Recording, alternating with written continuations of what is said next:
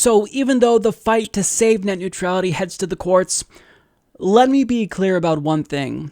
The American people will never, ever acclimate to a world with no net neutrality. So we will never back down, ever. And if Ajit Pai thinks that we're ever going to stop, he's wrong. And to the chagrin of Ajit Pai, the opposite happened.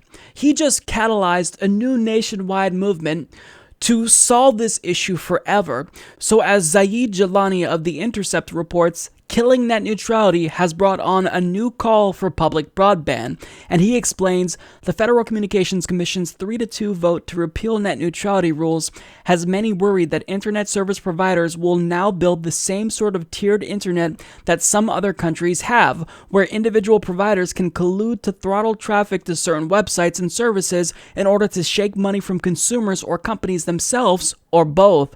For instance, in Morocco last year, multiple internet service providers worked together to briefly block voice chat services like WhatsApp and Skype in what was interpreted by some as an attempt to push consumers to subscribe to their phone subscriptions instead. But Seattle's Socialist Alternative Council member Kashima Sawant, the prime mover of the city's successful bid to enact a $15 an hour minimum wage, has another idea. She wants her city to simply build its own broadband network to compete with the private providers, guaranteeing a free flow of unthrottled information. It may sound radical, but it's not unheard of.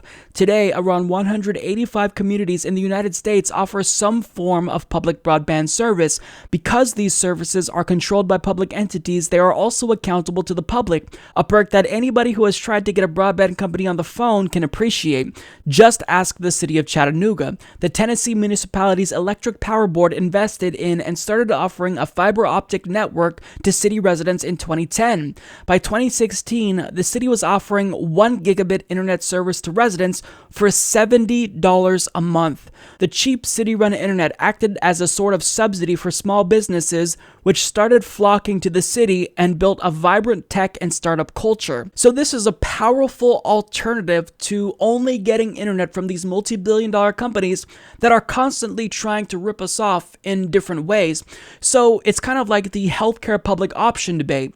So in 2010, as you remember, we argued that a public option was necessary to the Affordable Care Act because if individuals had the option of going with a government-run plan, that would force the private providers to compete with the government prices. And the same is true here. If there's a public option, then consumers will flock to that if the other providers in the area, like Comcast or Verizon, are going to be anti-consumer and hike prices. So Comcast and Verizon would be forced to compete in these municipalities with public broadband, and they'd have to actually offer internet that was good.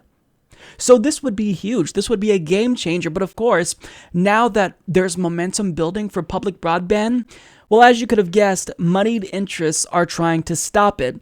Jelani continues, a number of states with legislators backed by telecom giants like AT&T moved to ban cities from establishing their own broadband networks with statewide preemption laws. So the minute these large internet service providers saw momentum for public broadband building, they decided to buy off politicians, contribute to their campaigns, and lobby them to create laws banning public broadband. That is just them being openly corrupt and not caring about what the American people think. And it's not just that officials who are in state legislatures and city council governments are able to be bought off by these big companies, but also large moneyed interests are deciding to get involved in order to stop the nationwide movement for municipal broadband. And this now includes the Koch brothers, because as Susan Crawford of Wired explains, bad news for internet access. The Koch brothers are fighting low-cost open fiber nets. Look what happened in Louisville, Kentucky. It's a city of about 750,000, the largest in the state. Earlier this year, the city noticed that the state of Kentucky was funding a middle-mile fiber network designed to connect the state's 120 counties and provide cheaper connectivity for municipal buildings, Kentucky Wired. As part of the project, Louisville, also known as Jefferson County, would be able to run 100 miles of fiber alongside the state network for just the cost of materials. That seemed like a great deal to Louisville. The city estimated that if it installed fiber for city use from scratch, it would cost cost $15 million. With the Kentucky Wired offer, the same project would cost just $5.4 million, with half of that amount dedicated to placing fiber nodes in West Louisville, a struggling, de facto segregated area of concentrated poverty, poor health outcomes, and general economic distress. The public benefits of jumping on the Kentucky Wired offer would be substantial. Not only would West Louisville get a chance at better access for its homes and businesses, but the city could install fiber-controlled traffic signals, create better and cheaper connectivity for public safety agencies, and ship data around inexpensively to improve its operations. In a nutshell, the city would build the infrastructure and lease capacity to private internet service providers. We were looking at this as our smart city foundation.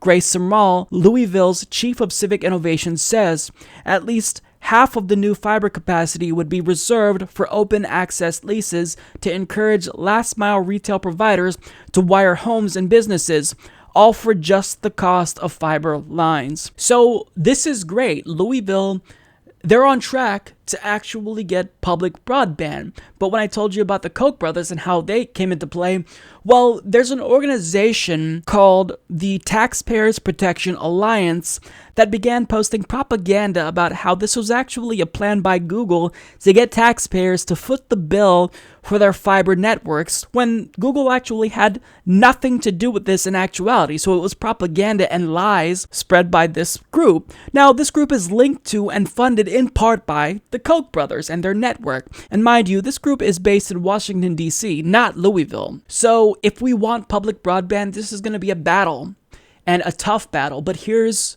the thing.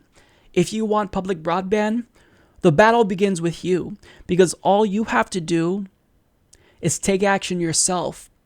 Go to your county's website, find out when the next city council meeting is, show up, and ask them for broadband. Ask them for a public broadband option.